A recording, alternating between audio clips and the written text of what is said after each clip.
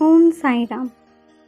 रात के सन्नाटे में जब सब थक के सो जाते हैं, तब मेरे दिल के कोने में एक आवाज़ उठती है। पर वो आवाज़ किसी के कहने के लिए नहीं होती, वो सिर्फ बाबा के लिए होती है कि बाबा आप सुन रहे हो ना। कभी कुछ कहने का मन नहीं करता, बस आंखों से 2 बूंद गिराकर फिर मैं चुप हो जाता हूँ। और बाबा वो भी कुछ नहीं बोलते, लेकिन उनकी खामोशी मेरे हर सवाल का जवाब बन जाती है। ये दुनिया कहती है क्या तुम बाबा से बात करते हो? मैं कहता हूँ मैं नहीं, मेरा दिल करता है बिना बोले। उनके दरबार में जब मैं आंखें बंद करता हूँ तो सब कुछ कह देता हूँ, बिना एक भी लफ्ज़ बोले। वो भी तो सब समझ जाते हैं, बिना पूछे, बिना बताए, बिना दिखाए। बाबा आप जानते हो ना, कभी कभी मैं हंसते हुए भी टूटा होता हूँ, कभी सबके सामने स्ट्रॉन्ग बन के भी अंदर से खाली होता हूँ। तब मैं कुछ नहीं कहता, बस आँख उठा के आपकी मूर्ति को देखता हूँ और आपकी आंखें कह जाती हैं मैं हूँ ना।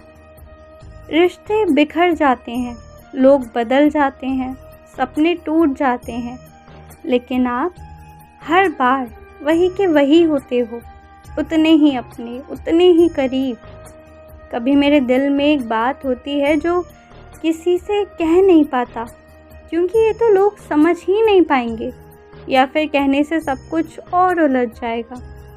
तब बाबा के सामने बैठकर मैं कहता हूँ आप समझ जाओ बाबा, बस आप समझ लो। और आप समझ भी लेते हो। क्या कमाल का रिश्ता है ना हमारा। आपसे मेरी वो बातें होती हैं जो किसी डायरी में भी नहीं लिखी जा सकती, ना फ़ोन की किसी रिकॉर्डर में कैप्चर हो सकती, ना किसी दोस्त के समझने लायक होती हैं। वो बातें सिर्फ आप तक पहुंचती है, सीधा दिल से, सीधा रूह से। लोग कहते हैं तुम तो अकेले रहते हो, किससे बात करते हो?